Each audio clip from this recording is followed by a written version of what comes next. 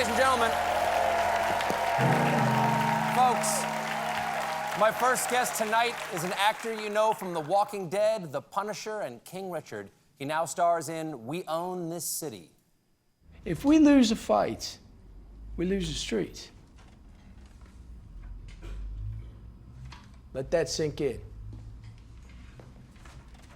But I'm not here to talk to you about the fights that you have to have. See, I'm here to talk to you about the ones that you want to have. And ones you think you're entitled to just because you're wearing a badge. See, that's the real brutality. Thing is, you don't need that kind of brutality. And hey, not because it's not fun, right? I get it. Get a few licks in on some mouthy ass just can't shut the up. I mean, come on, fun is fun, right? Yeah. But see, that kind of brutality, it only gets in the way of doing the job. Please welcome to The Late Show, Jon Bernthal.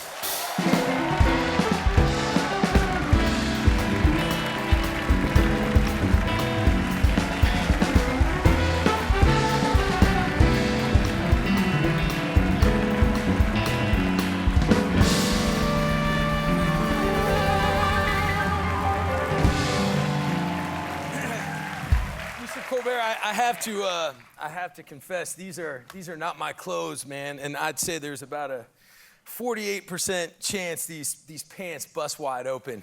They're just so damn tight. Well, which will make for maybe a unmemorable night. But no, that's a ratings boost right there. There you go. Right, Feel free to just bust loose, and I hope you're going commando. Oh boy. Nice to have you on. Nice to see you. It's a real honor. Now, you're not only the first time you and I have spoken, but you're the first guest I've talked to after I got COVID. And, very lucky, wasn't that bad. Still worse than I expected. Have you had it? Oh, yeah. Oh, I have, yeah. I got COVID. At a premiere right here in the great city of New York for the. When? How long ago? It was about maybe 4 or 5 months ago. It was while I was shooting We Own This City, and I came to the premiere for Many Saints of Newark, and the next day I was in the middle of shooting, and I really, really wanted to get to my son, little Bill Bernthal's baseball game out on the West Coast. And the way I got myself a ticket out there and a little break from shooting is there was the opening for the Academy Award Museum. So I got to go to a big fancy event. That's nice. With a lot of, stars of the screen and music and sports. And I sat there the whole night, but the next day I got to the promised land, which was my son's baseball game. But as I was sitting there, my wife showed up, and I was literally wrapped in blankets and sweatshirts from various team moms, like shivering my butt off. In Southern California. In Southern California. She's like, that doesn't look right. I was like, this does not feel right. And I did end up catching the COVID, but then I had to sort of go back and investigate and reveal to all those great stars that, so it was like, yes, there was the conversation with Lady Gaga when I did a high five with Dwayne Wade, the conversation with Michael Keaton, and it just dawned on me that I just really didn't belong at that event, man. Yeah, I was that guy, yeah. Well, you were on Walking Dead for years. What was it like? What was it? How does it feel to actually, have the plague? After having people who have the plague for so long, you were a zombie in this regard. Yes, I was. Yeah. Look, I think that there's look, we're in it. I think that, as you know, man, I think we gotta. The only thing we know about this thing is that we don't know anything about this thing. We got to be respectful of the various different ways that people approach it and the different fears, and we just got to try to stay safe. Yeah, and be nice to each other. That would be a good one, too. Okay.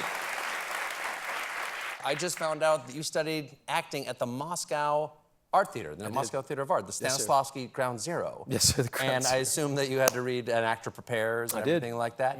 Well, what was that like to study theater in a country, well, in Moscow? What's it like to study theater in Moscow? Well, look, I'm enormously grateful for my time there. I mean, Moscow, especially when I was there, it was a beautiful city. It was a brutal city. When was this? This was in the late 90s and the early 2000s. Ooh, that was Wild West over there. It was a Wild West. It was, I think there was a real palpability to the history there. I think that, most of the folks that I was with, they came up in communist times. So there was this real respect and this real fear of what it's like to be controlled by your government. And I see it playing out right now. A lot of the really, really close friends that I made over there, I have very close ties to folks who have been jailed for expressing themselves, folks who made pieces of art who are now, again, forced to leave their families and are locked up because of the way that they express themselves and the art that they're putting out there and speaking against the government. I think historically, theater in that country, it's vital. There was during communist times, there was no public gathering, but there was still state-sponsored theater.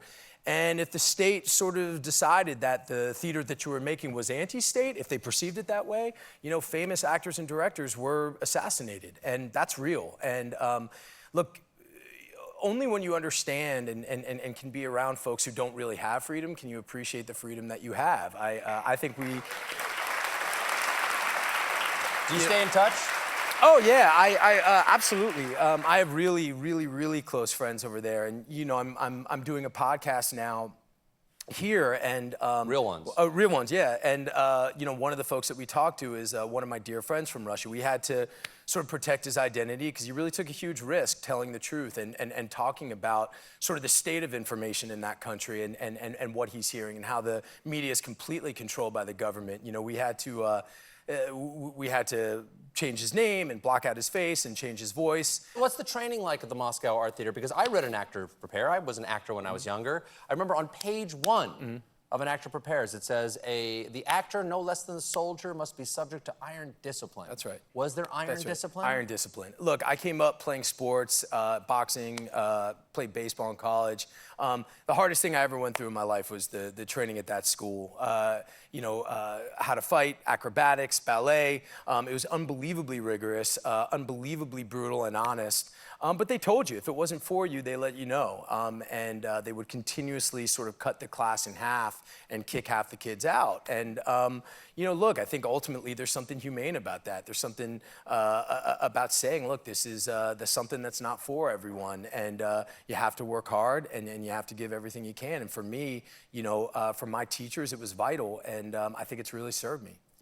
We have to take a quick break, but when we come back, I'll ask Jon about his new show on HBO, We Own This City.